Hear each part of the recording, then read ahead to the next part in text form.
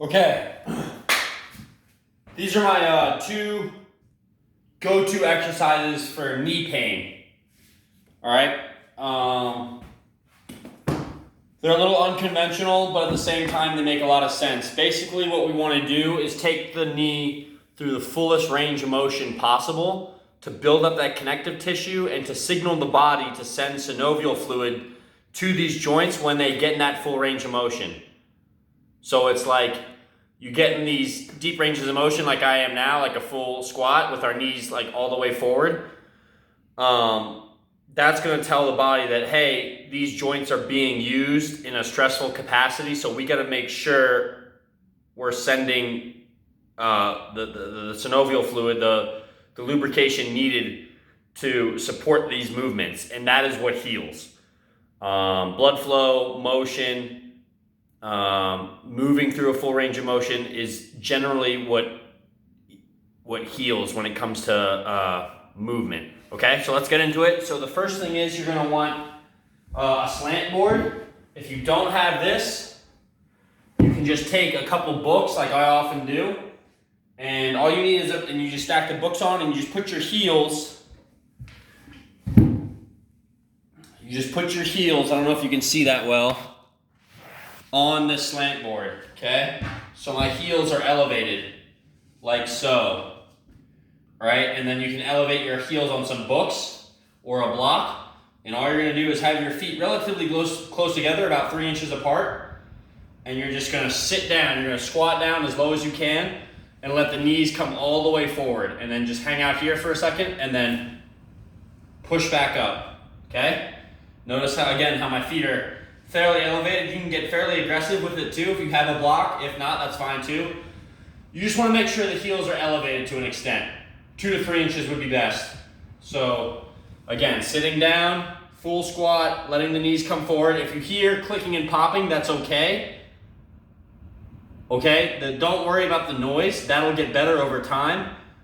What I do want you to focus on is your level of pain. If it's more than a 3 out of 10, don't do it. But if it's less than a 3, 1 or a 2, go crazy, okay? Do as many of these as you can. It will feel better.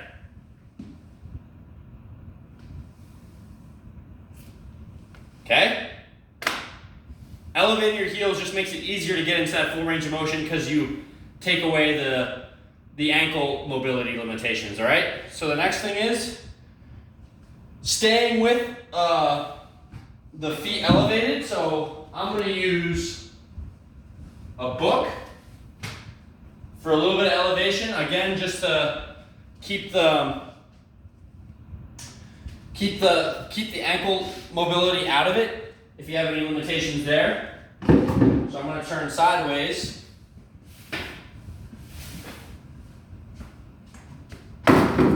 Okay? So if you can see, I'm putting the book down. And all I'm going to do is the full range of motion lunge. Okay? So I have my front foot elevated. My left leg is back. You'll feel and back far enough so you feel a stretch through the hip flexor. Okay? And then you're just going to push the front knee forward as far as you can. Boom. Boom. Same principle, just like the squat. We're trying to get in a deep range of motion as we can to really build up the connective tissue and specifically our quads, which their job is to kind of support the knee, especially this big meaty part right by your kneecap. Okay, that's going to help stabilize the entire knee joint.